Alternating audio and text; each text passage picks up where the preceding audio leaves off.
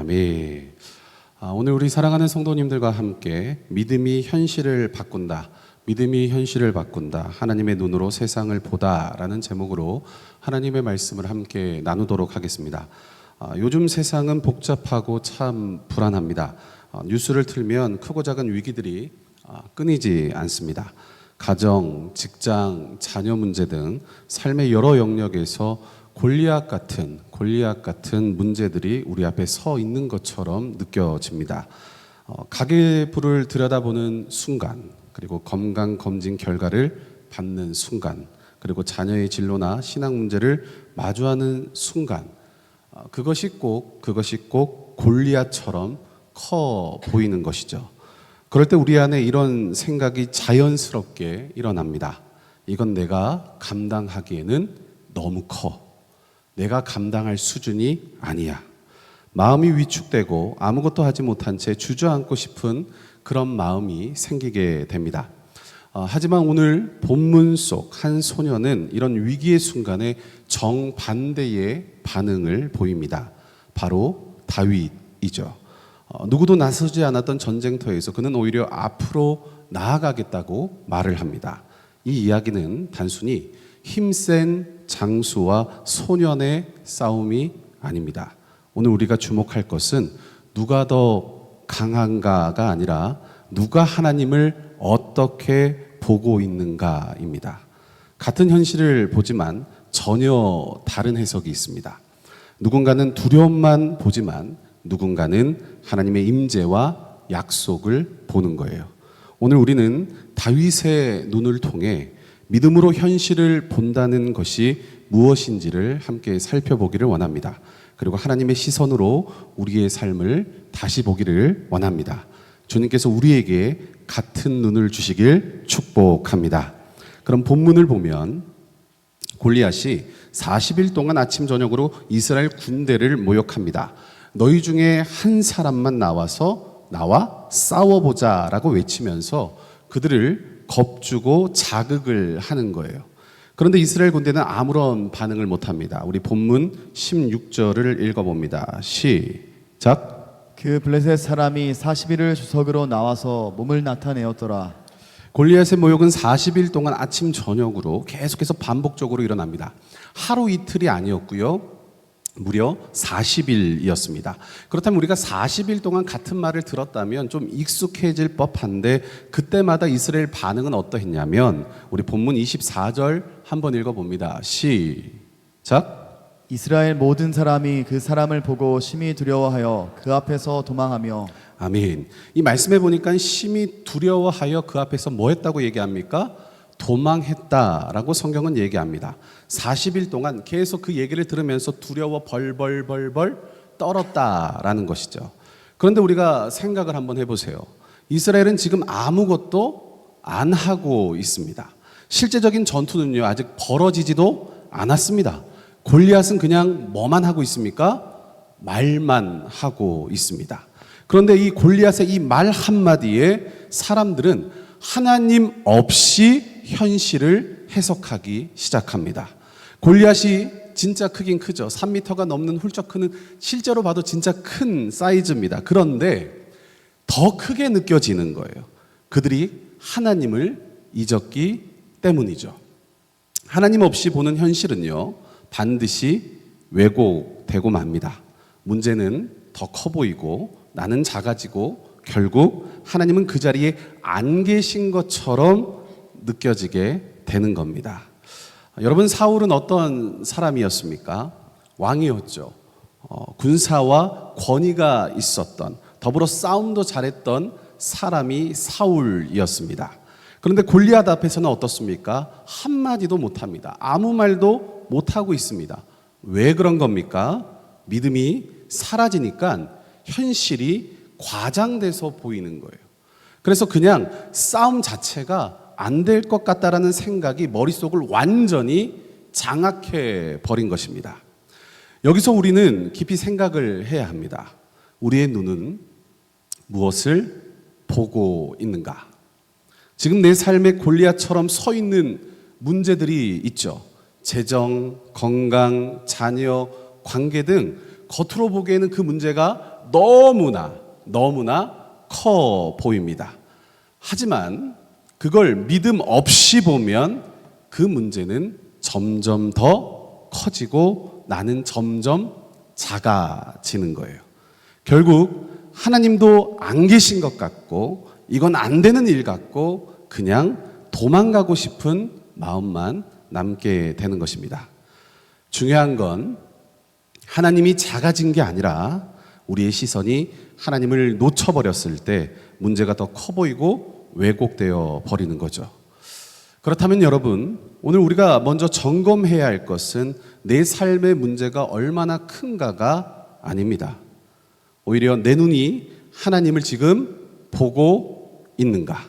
지금 내 시선이 어디에 머물러 있는가? 이것을 점검해야 할 줄로 믿습니다. 하나님 없는 눈은 골리앗만 보이죠.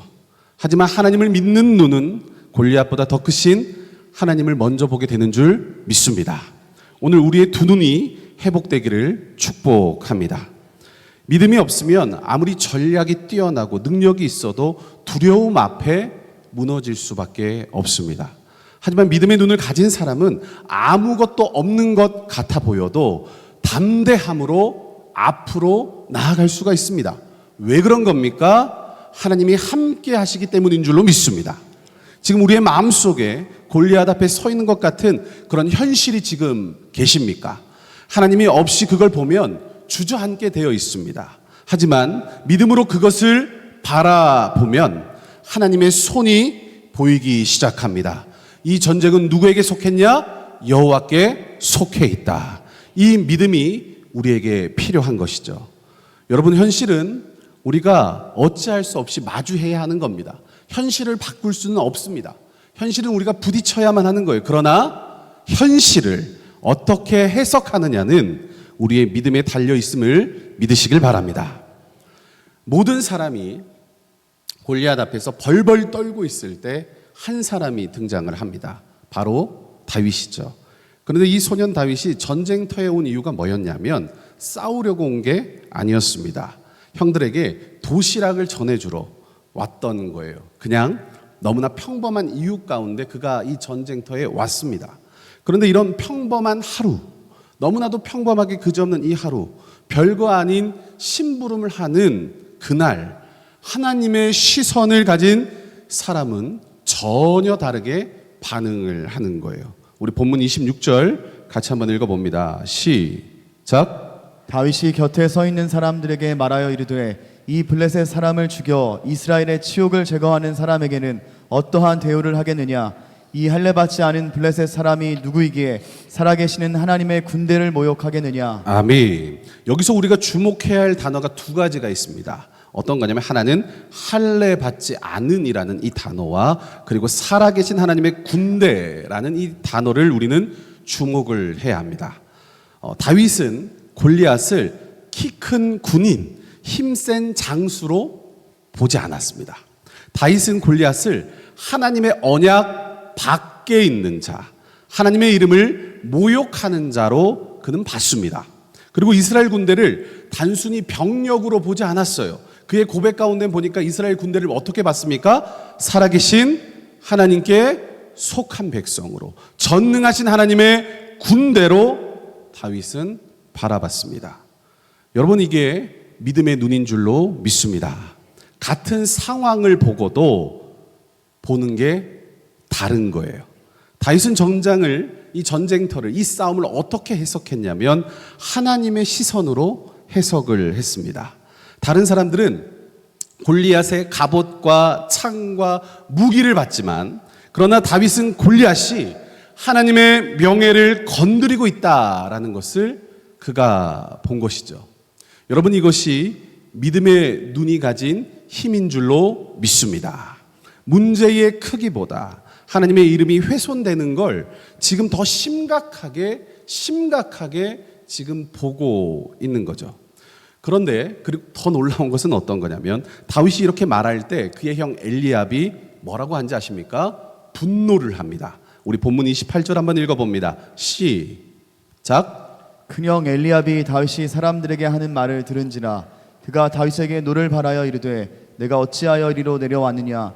들에 있는 양들을 누구에게 맡겼느냐?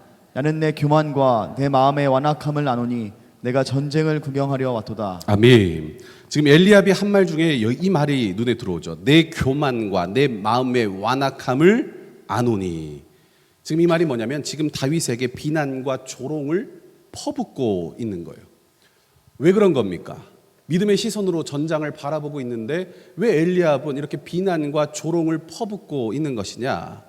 형은 지금 다윗이 말한 그 말 속에서요, 자신의 믿음 없음이 드러나는 걸 느꼈기 때문인 거예요. 믿음의 눈을 가진 자가 나타나면 믿음 없는 사람은 불편해집니다. 부끄러워지는 거예요.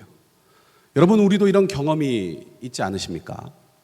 어떤 사람이 아주 순수한 믿음으로 반응할 때 우리는 오히려 그 사람을 현실감 없다고 여길 때가 있습니다. 야, 너무 순진한 거 아니야? 세상 물정 정말 모른다? 좀 시간이 지나봐라. 조직의 쓴맛을 봐야 한다. 그런데 사실 그 사람이 순진한 게 아니라 어쩌면 우리가, 저와 여러분이 믿음 없는 눈으로 세상을 보고 있는 것일 수도 있습니다. 그러므로 늘 깨어있기를 주님의 이름으로 축원합니다. 다윗은 형의 이 비난과 조롱 앞에서도 흔들리지 않습니다. 우리 본문 30절 읽어봅니다. 시작. 돌아서서 다른 사람을 향하여 전과 같이 말하매 백성이 전과 같이 대답하니라. 아멘. 이 말이 뭐냐면 다윗은 자신의 시선을 확고히 지켰다라는 거예요. 하나님의 관점으로 세상을 보는 사람은요, 세상의 평가에 흔들리지 않습니다. 사랑하는 여러분, 그렇다면 오늘 이 말씀 앞에서 우리 스스로가 한번 나 자신에게 한번 질문을 던져봐야 합니다. 그것이 뭐냐면 나는 지금 무엇을 기준으로 현실을 해석하고 있는가?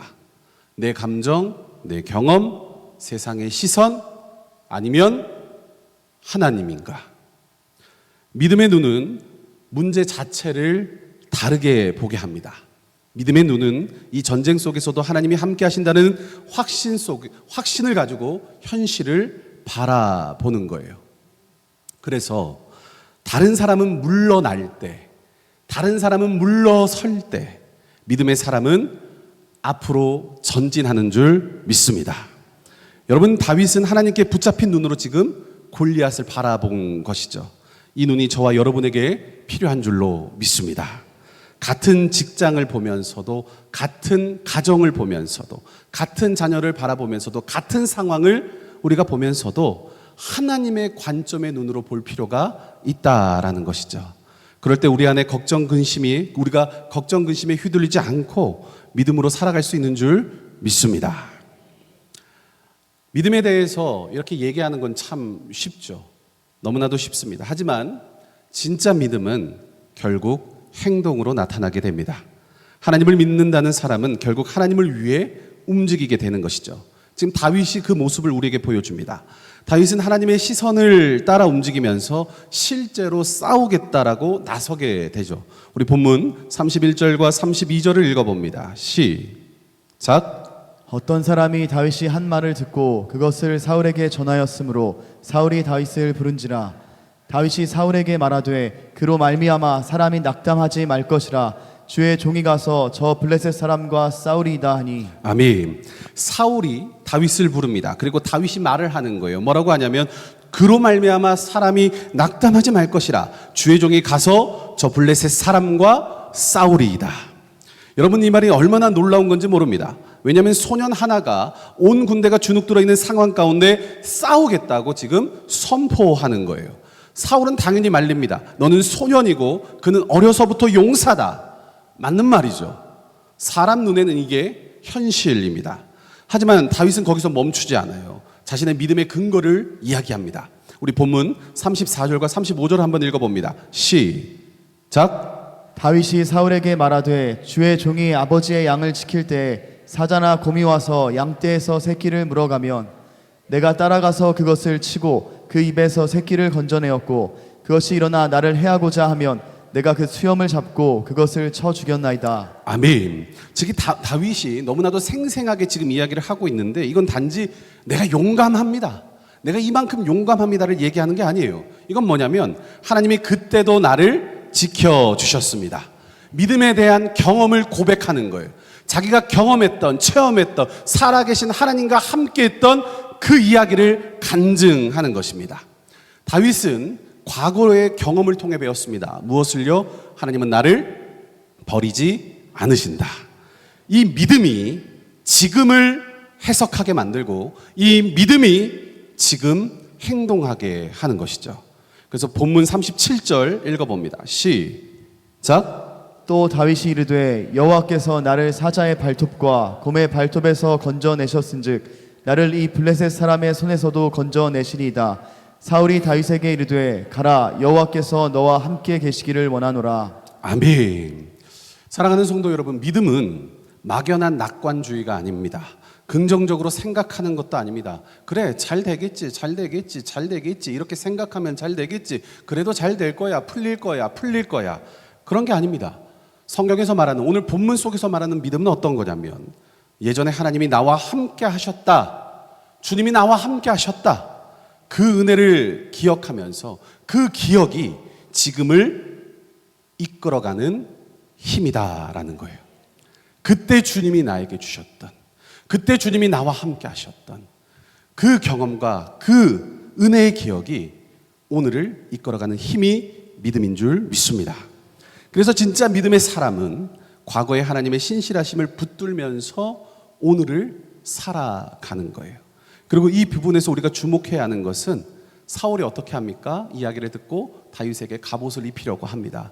그런데 다윗은 그 옷을 벗어 던져버립니다. 왜 그런 겁니까? 익숙하지 않기 때문이에요. 이것이 뭘 말하냐면 믿음의 사람은 세상이 입혀주는 방식으로 싸우지 않습니다. 다윗은 자신의 방식, 즉 하나님과 함께 훈련된 방식, 목자의 방식으로 싸우겠다라는 거예요.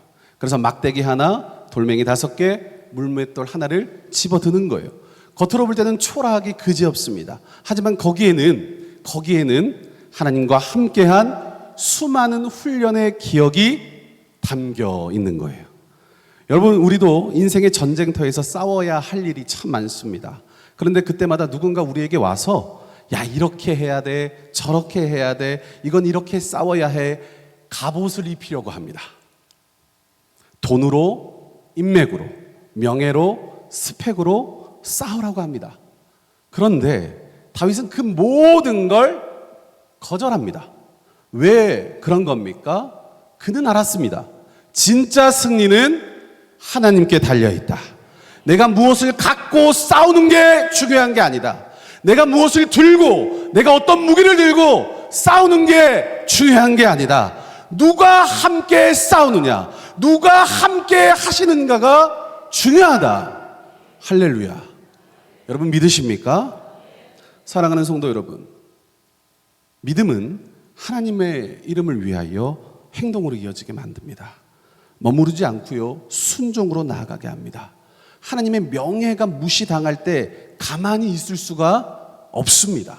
믿음은 누군가는 해야 할 일이라고 말하는 게 아니라 내가 책임지고 순종하겠습니다라고 결단하게 만듭니다. 오늘도 우리 주변에는요, 골리앗이 여전히 있습니다. 세상은 하나님의 이름을 모욕하고 믿음의 가치를 비웃습니다. 그때 우리 안에 있는 믿음이 말하게 해야 합니다. 어떻게 해요? 이 할례받지 않은 블레셋 사람이 누구이기에 살아계신 하나님의 이름을 모욕하느냐.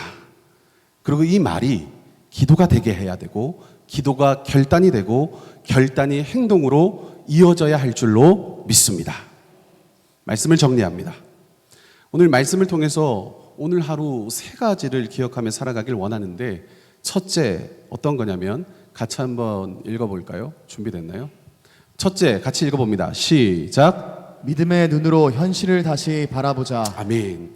문제가 커 보일수록 하나님이 더 분명히 보여야 합니다. 골리앗보다 크신 하나님을 바라보는 시선이 회복되기를 축원합니다. 둘째, 읽어봅니다. 시작. 하나님과 함께했던 은혜의 순간들을 기억하자. 다윗은 사자와 곰을 물리쳤던 그 과거를 기억하면서 하루하루 앞으로 전진합니다. 우리도 하나님께서 함께 하셨던 그 순간을 붙잡고 오늘 믿음으로 걸어가기를 축복합니다.